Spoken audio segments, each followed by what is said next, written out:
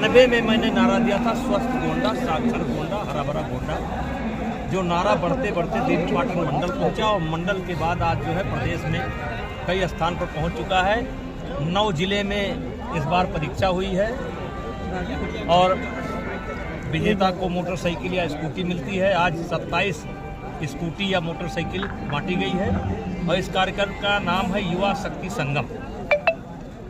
एक संगम इस समय इलाहाबाद में चल रहा है, कुंभ में, और एक छोटा मोटा संगम से तुलना तो नहीं करेंगे, लेकिन संगम का कहते हैं जहां लोगों का समागम, लोगों से भेंट। तो आज नंदिनी नगर के इस प्रांगण में भी नॉर्थ ईस्ट छोड़ करके कोई ऐसा प्रांत नहीं है जहां के लोग आशीर्वाद देने के लिए आए हों। और अयोध्या के संतों का तो क्या कहना है। और एक तरीके से आप देखो तो ये जोड़ने का काम है। मैं सबसे पहले गांव में हमारे 2 पार्टी होती थी, मैंने उसको थोड़ा एक जोड़ा।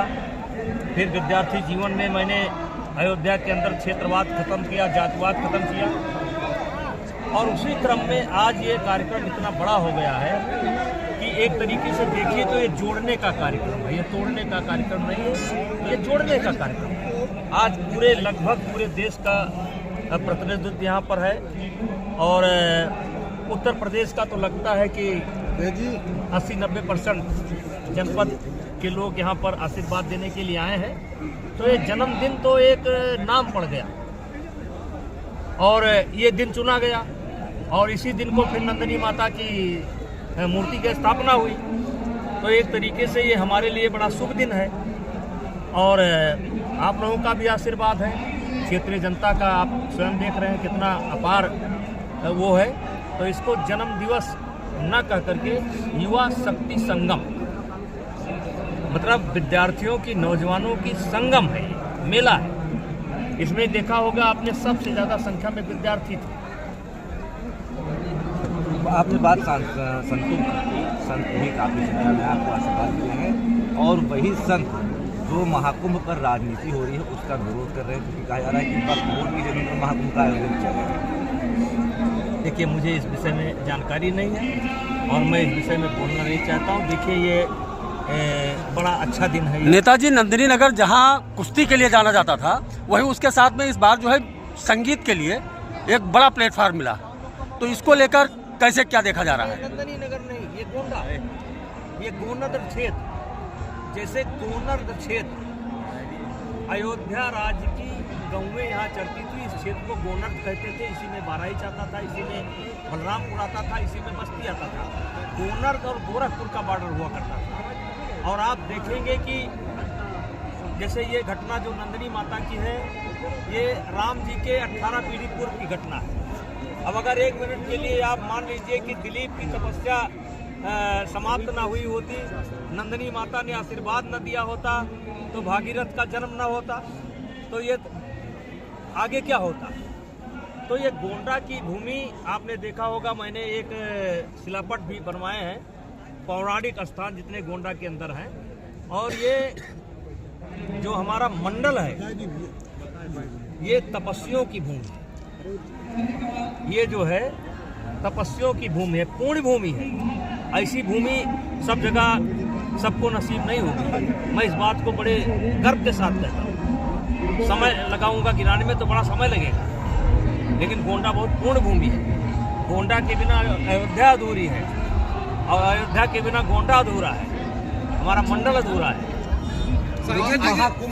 जिस तरीके से प्रयागराज में कुंभ, वहाँ की जमीन को लेकर बोर्ड ने दावा किया कि वक्फ की जमीन है, क्या कहेंगे इसको?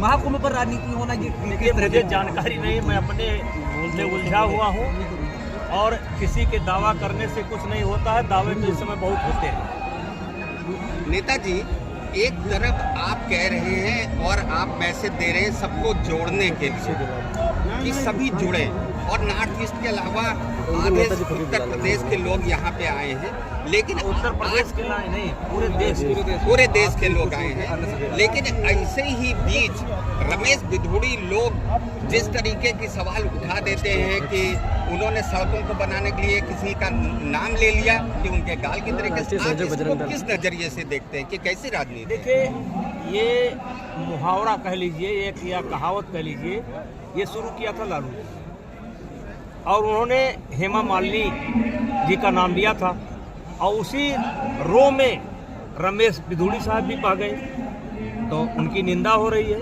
उन्होंने माफ़ी भी मांगा, तो माफ़ी मांगने के बाद ये विषय समाप्त हो जाता है और हम उम्मीद करते हैं कि अब ये कोई शब्द का प्रयोग नहीं करेगा।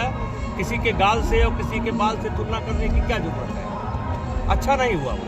आपके माफी तो राहुल गांधी और केजरीवाल भी मांग लेते हैं, वो चाहे 56 करोड़ के बंगले में रहते हैं, कोई भी चीज होती है तो तुरंत माफी मांग लेते हैं। आप कह रहे हैं कि अब बार बार आपने मंच से कहा कि जबरदस्ती आपको रिटायर कर दिया गया।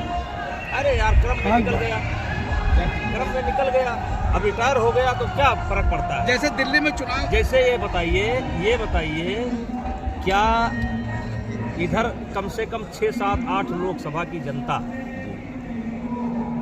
या मेरे जानने वाले चाहते थे कि मैं रिटायर हो जाऊं? नहीं, आज भी नहीं चाहते। तो सुनो भरत भाभी प्रबल बिलक कहो मुन्ना थान लाभ जीवन मरण के सब जग बुझा। अब पार्टी ने फैसला लिया, पार्टी के सामने संकट था, फैसला लिया, स्वागत है। वो नेताजी मिल्कीपुर में बटेंगे तो कटेंगे। मिल्कीपुर में चुनाव की घोषणा होगी। देखिए, जिन प्रश्नों का मैं उत्तर देता हूं वही प्रश्न मुझसे पूछिए। नहीं, मिल्कीपुर में चुनाव की घोषणा हो गई है, क्या कहेंगे? मिल्कीपुर में चुनाव की घोषणा हो गई है, डेटों का ऐलान। भारतीय जनता पार्टी